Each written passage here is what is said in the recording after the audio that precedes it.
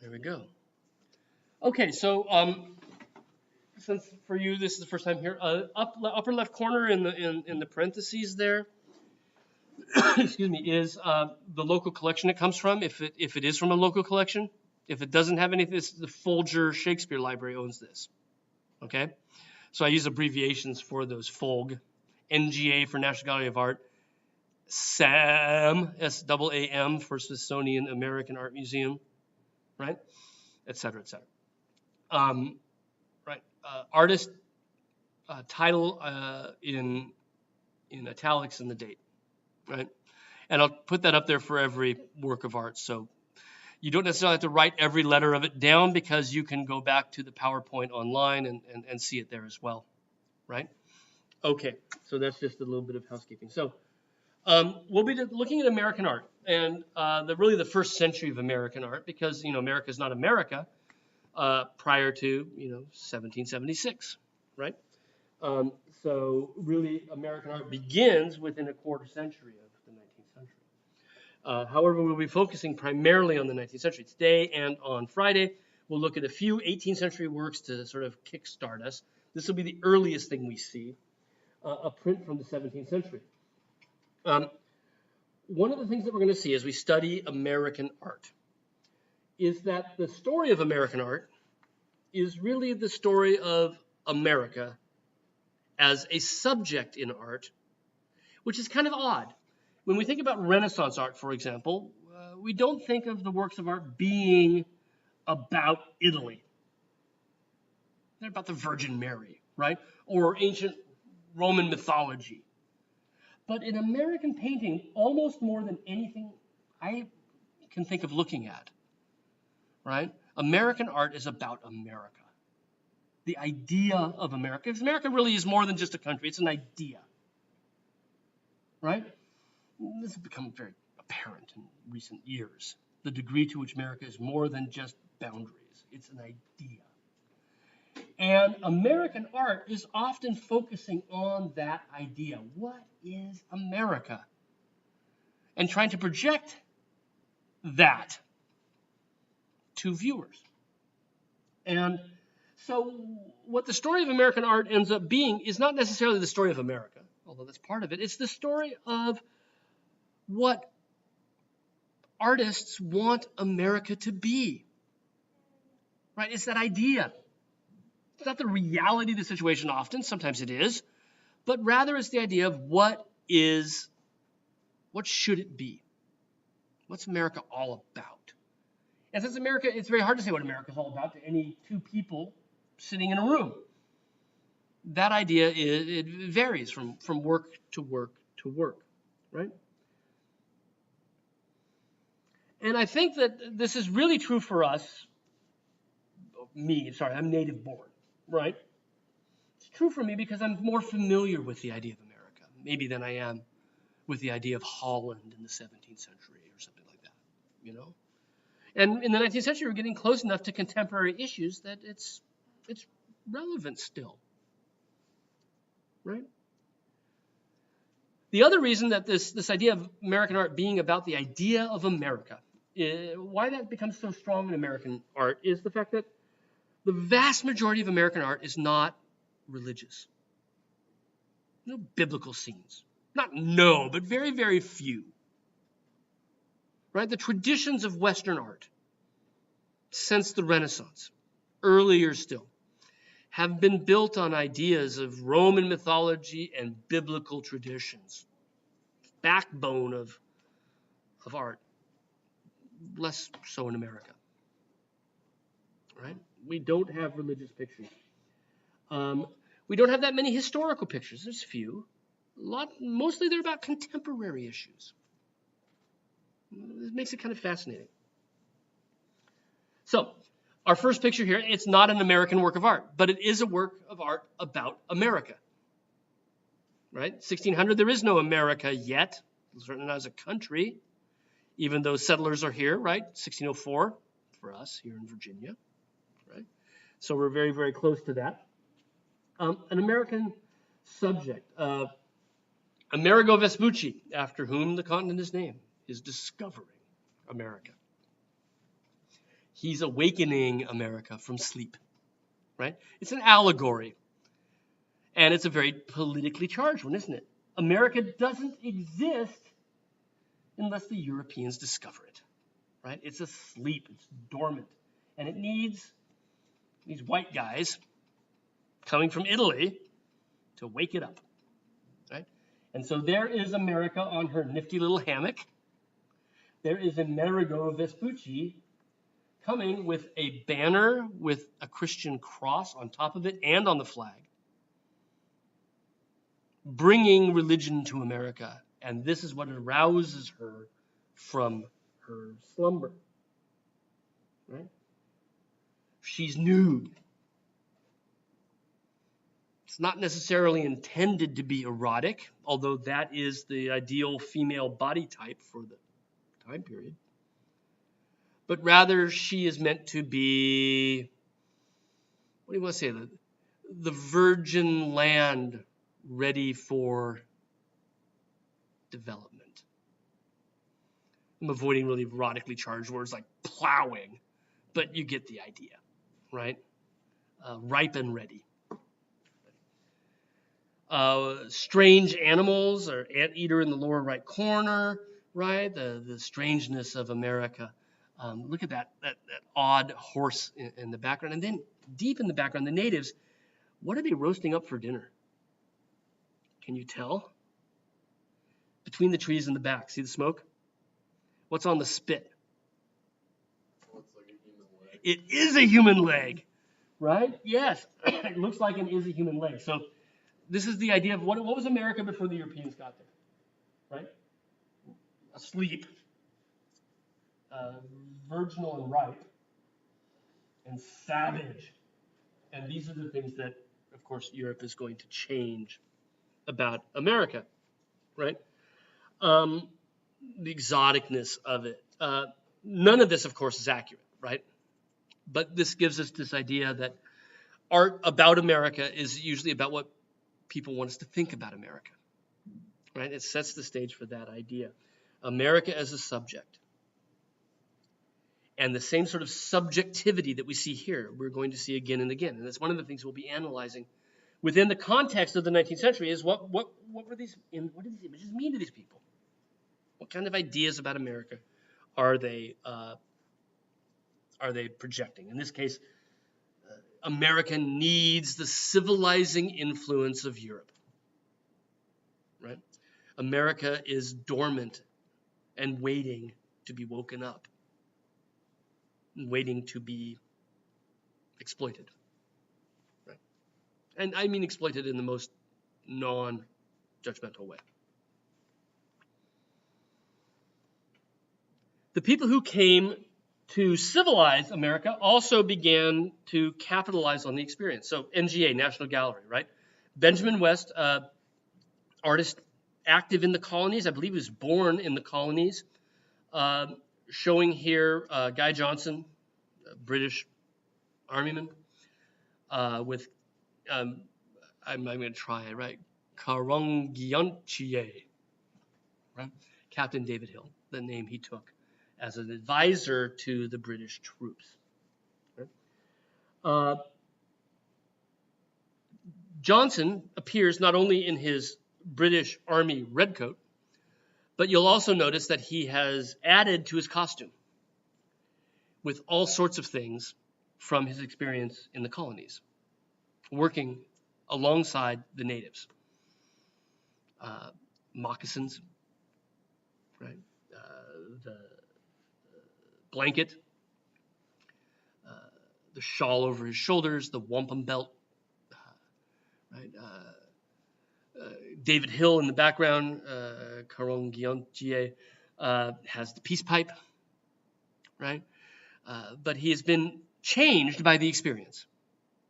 He's become American, this British soldier, and has outfitted himself properly for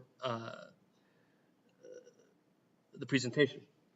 This, by the way, is over life size, right? The figures stand at least life size. In this picture, it's huge. Right now, this was painted in London. West, who had been born in the colonies, had gone back to England. And Guy Johnson had come back as well.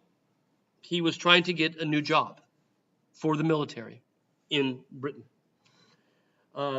He was trying to get this job as British superintendent of the 6 Indian nations. That's the job he wants, right? And he takes Captain David Hill with him to show his peaceful relations with the native tribes, right? To demonstrate to the people in London that he's the right man for the job. And the picture is painted as part of that propaganda. He's acclimated to American customs, and he has good relations with the Mohawk. That's the tribe that David Hill is from. So this is a piece of propaganda to show their unification.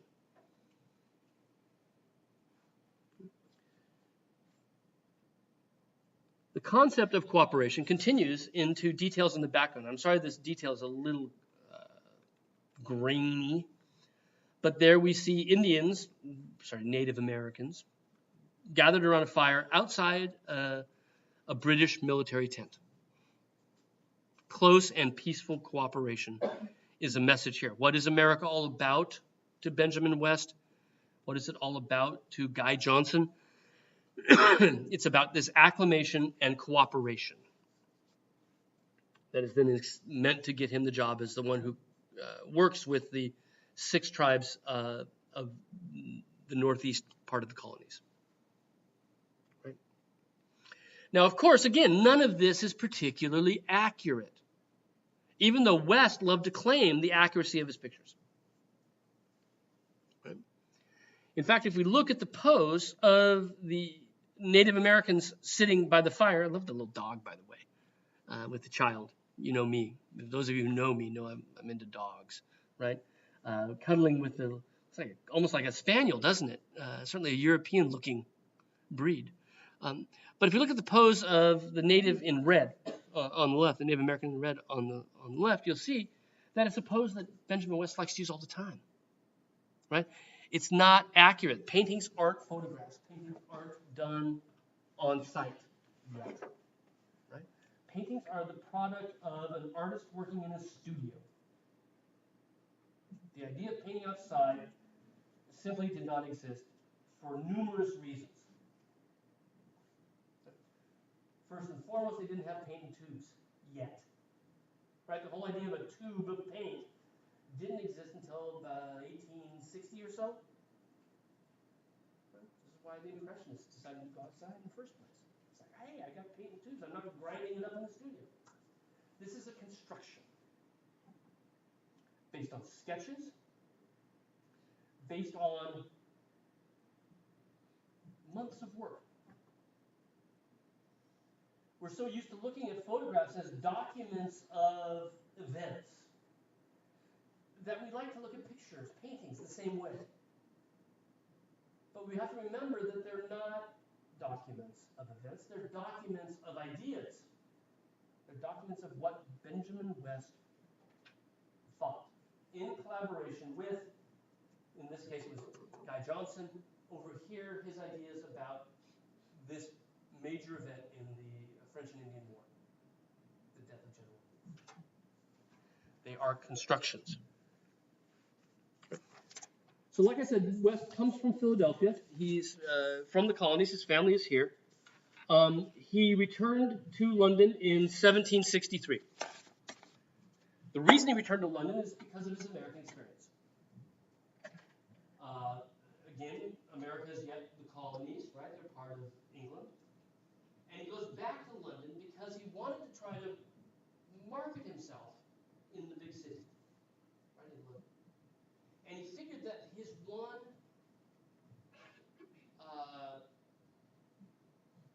trump card, right, his one, what do you call it, chip, right? What can he play? That's going to, instead of hard remember, he's an American painter. He came back from the colonies with a case full of artifacts that he got to trading, moccasins, peace pipes, the things you see in the pictures, right? Costumes and things that he had got in the colonies. Brought them back with him to use in the studio as props as he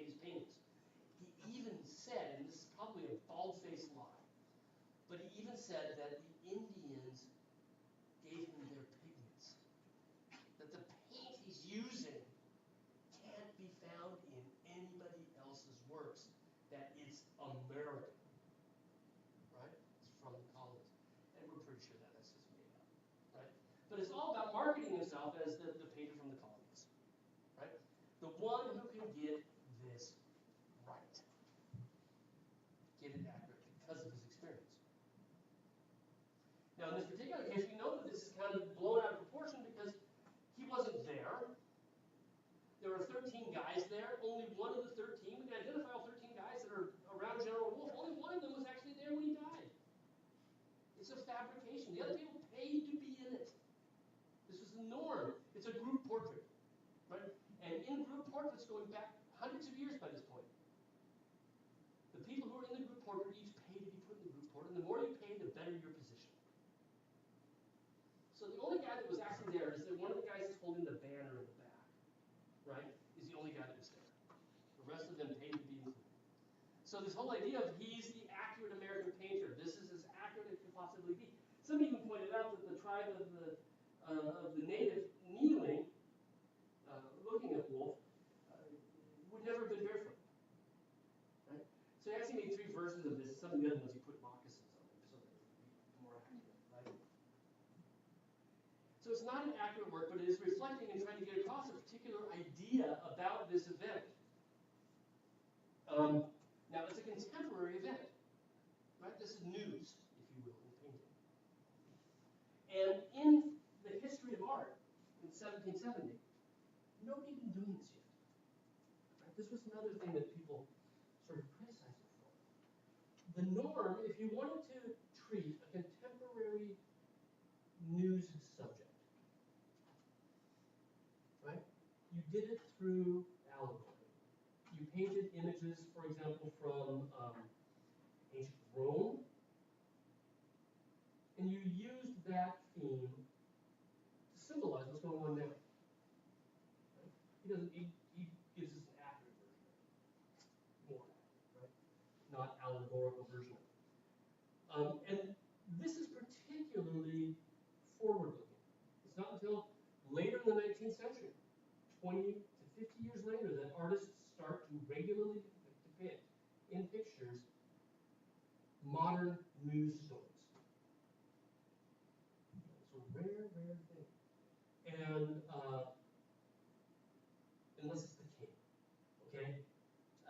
Images about the coronation of kings, that's a different issue, right? So that's groundbreaking.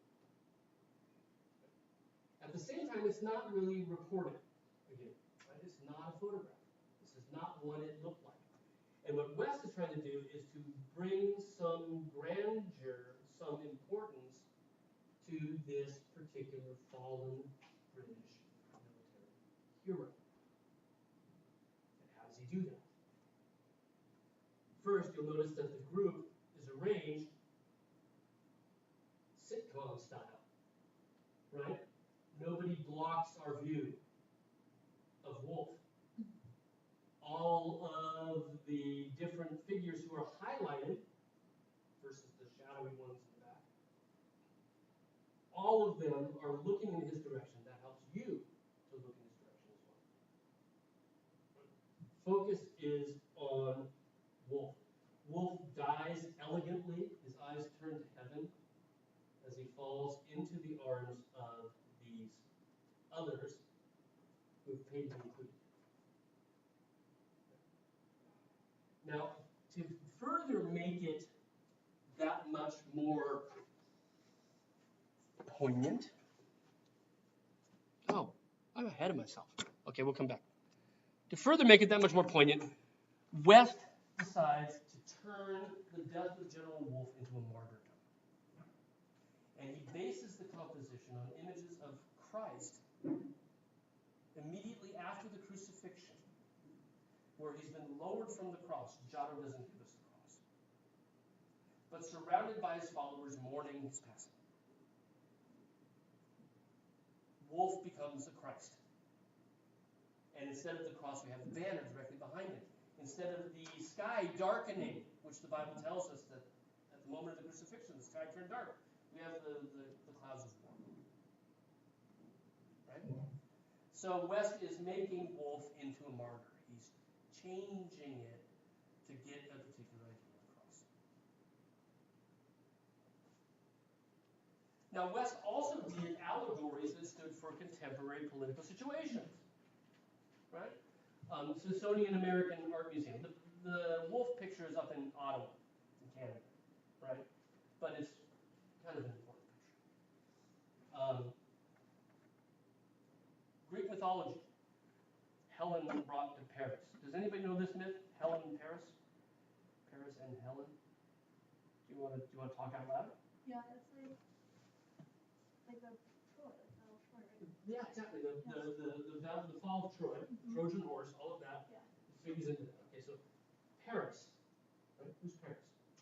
He was the guy that paid, or the three, it was Venus, all three of them, I don't know who else, but Right. it was Venus, and then two other ones killed them if he said they were the most beautiful or whatever, that he could have whatever he wanted. That's right. So so Paris is a shepherd. Okay? And at one point, three goddesses, Venus, Hera, and Juno? Is that right?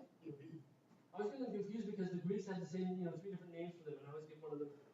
Venus, Hera, and Juno are presented to him, and he is asked to judge which of the three of them is the most beautiful. Okay? And each one of them offers him a gift based on their attributes.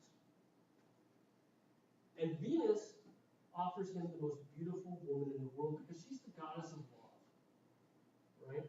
The other ones are power and wisdom, right? And they offer him gifts along with that. And he chooses love, right? And so she says to him, I will then give you the most beautiful woman in the world. And that's what sways his decision toward her. And so he chooses her and she says, okay, who is it? He goes, well, he's a Spartan as well. Right? He's a shepherd of Sparta. He says, Helen of Troy, man, she's the one, right? And Venus says, okay, I'll get it for you.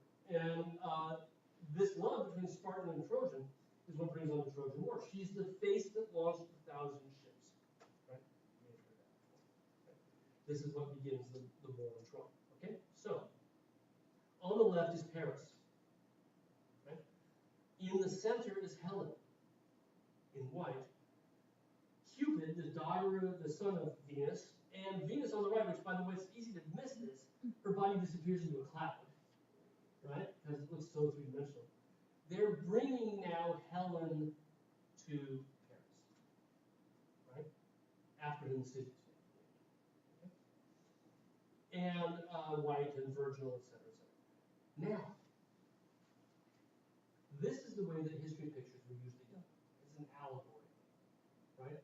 This is not just mythology. The date, 1776, West has come from the colonies, moved back to London, 1763. He's painting in London as the American painter. 1776, the year of the Revolution. Helen brought to Paris, the face that launched 1,000 ships. Impending war is what this picture's theme is. The shadow of the curtain falls across the face of Cupid. This is a British view of what's going on in America, told allegorically. Okay? That was the norm in history pictures. West breaks the norm from time to time. Part of this, I think, is that one of the things we'll see in the history of American art is an amazing amount of innovation. Being in America allowed American artists to look at traditions, the way things were normally done, and say, well, we don't have to do it that way. We can be different. We are different. We're separated by an ocean. And in fact, the earliest pictures we see where history painting is done, creditably, straightforward, not through allegory, are done by artists that have had American experience. West is one of two from the end of the 18th century. well before the French have ever thought of it, right? Well before the Spanish even did. We don't see anything like this until the end of the 1810s in Europe, right? So it's these artists with this experience that begin to move us toward this new concept of history painting.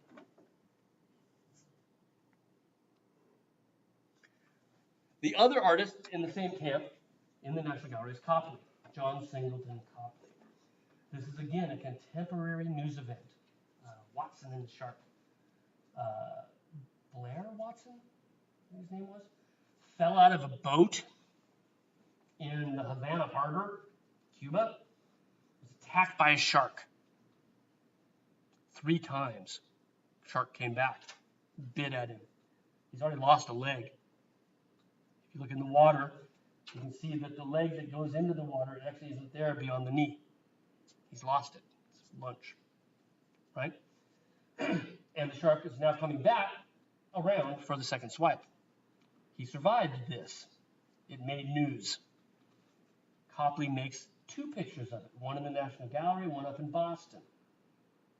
Right? It's a popular subject of a non-political news event. Huge as an innovation to take on a subject like this, to market it. The shark is pretty fantastic, doesn't look very shark-like, but that's to be expected. What are Copley's chances of seeing a shark? Right? Close enough to draw. But look at the size of the thing. Look at the tail behind the boat. Right? Monster fish. And he's just about to be saved as he's staring into the jaws of death. He's got his arm wrapped in one of the ropes that they've thrown to him. He can't get it. The men are reaching to yank him to shore. Now, Copley, again, like West, is going to try to take this picture, which is not objective reporting, right? He's got an idea he wants to get across. And he's going to try to get the idea across of this miraculous salvation of poor Brooke Watson, right? How does he do this? He again turns to earlier art like Benjamin West had done. Sorry about the misspelling. Raphael, the Renaissance artist, did a series of drawings that were turned into tapestry weavings for St. Peter's Cathedral. They were actually in the Sistine Chapel, the tapestries were. And the drawings are now in London. And they were in London at this time. Copley had also gone back to London. Both Copley and West during the Revolutionary period were Tories. They sided with the Brits. So as the war broke out, they took the British point of view. But in order to make this story of Watson being yanked from the sea miraculously, he turns to the image that Raphael had composed for a tapestry, showing Christ telling the apostles that if you just cast your nets on the other side of the boat, you'll catch some fish, the miraculous draft of fishes. And so that's exactly what we see happening in Raphael. Seem always a little precarious in those boats, right? But the 2 fellows that are actually yanking the miraculous draft of fishes out of the water are mirrored in Copley's work as the 2 men who rescue Brooke Watson. Right? Come on. Respond. There we go. The man who's spearing the shark is also based on compositions by Raphael. St. George vanquishing the devil, vanquishing the demon, where the general posture has been twisted and shifted and adapted into the composition. And what might seem odd is, why is Brooke Watson naked? What's he doing falling out of a boat naked? This alludes to the source of the picture, which was a statue of Laocoon, the Trojan priest who tried to warn his city colleagues not to take that horse. And the gods sent sea serpents to kill him.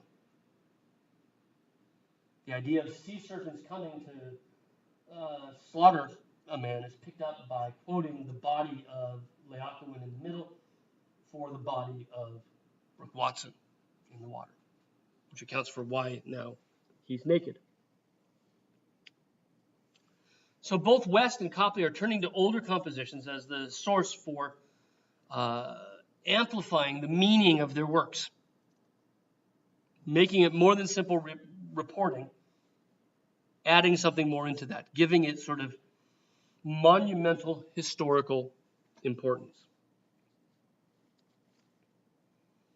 Now, a little bit about Copley. He was a prodigy. He started painting when he was like 15, right? Really good. His dad was a printmaker. And he studied his father's prints, right?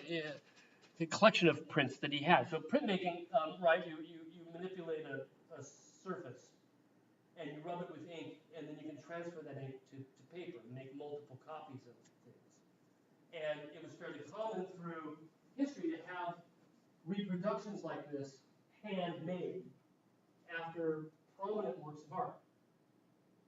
This is how Copley knows Raphael, is through prints that were made after his works.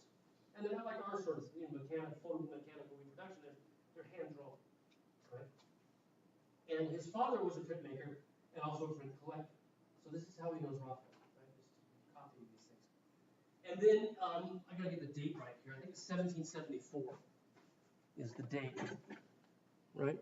Yeah, 1774. He goes to Rome. Copley does. He leaves the colonies, goes to Rome, and the whole point of going to Rome is to look at these things that he's seen in prints and see the stuff firsthand, right? So as he goes off to Rome, relations between Britain and America heat up, and he decides not to come back. He decides to move to London instead because he's a British sympathizer, a Tory, right, is what we call the British sympathizers. He decides to stay in London, but his family is still back in America, right? And as the war breaks out, they all come back to Britain as well. So our portrait at the National Gallery, which is also like life size, shows Copley's in the back. And he's got drawings in his hands. That's his dad in the center, the dour-looking one in the powder wig, right? Is the father, and his wife is on the right, and their 4 kids are gathered around them. And this painting was made just as the rest of the family got back to London as well, escaping then the Revolutionary War, escaping then the danger in the Americas. And it's meant to be a re-welcoming of the family into community, right? Coming back together. And it's really, really quite charming this way. We see, for example, like I said, Copley in the back, Susanna's on the right, the child on her lap that's kissing her is John Jr., her son. She almost looks like a Madonna and child with him, the way that their faces come together in the standard form of old icons. Younger daughter swirling in from the right, much more serious older daughter in the middle, sort of taking her role as the next generation, and then middle child on the left with a little rattle in his hand, a little dolly thrown off to the side, hugging Grandpa, who doesn't seem like the warmest, most friendly fellow we've ever met. So with Copley and West, what we have are our first kind of American artists, if you will. They spent their youth, they were born in the colonies, they spent their training and their youth, their early careers in the colonies. Both of them, as British sympathizers, moved back to London in 1770s or earlier, 1760s, 1770s, and stayed the rest of their careers there, making their careers as people who do American subjects back in London. Okay. We still refer to them as American artists in almost all of our surveys, simply because of the ongoing interest in American topics and the fact that they had began their career here and were actually born here, even though it wasn't America yet. The next group of artists we'll look at are the ones who stayed, right? And this will bring us into the early part of the 19th century. 2 more artists that we're going to look at, and really even more overtly American subject, in particular George Washington, his presidency and images of him. Right? That's my last slide.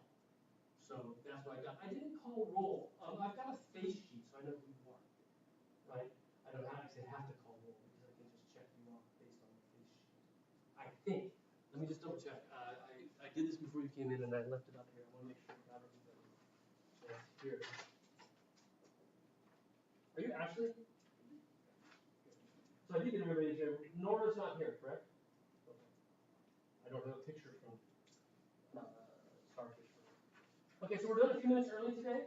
We'll continue looking at colonial era and early 19th century art. On Friday, we'll be looking at Gilbert Stuart and Charles Wilson Heal. Stuart and Heal on Friday. I'll update canvas so that says, and there's some things that you can look at in the online resources for each of them. So we'll see you then.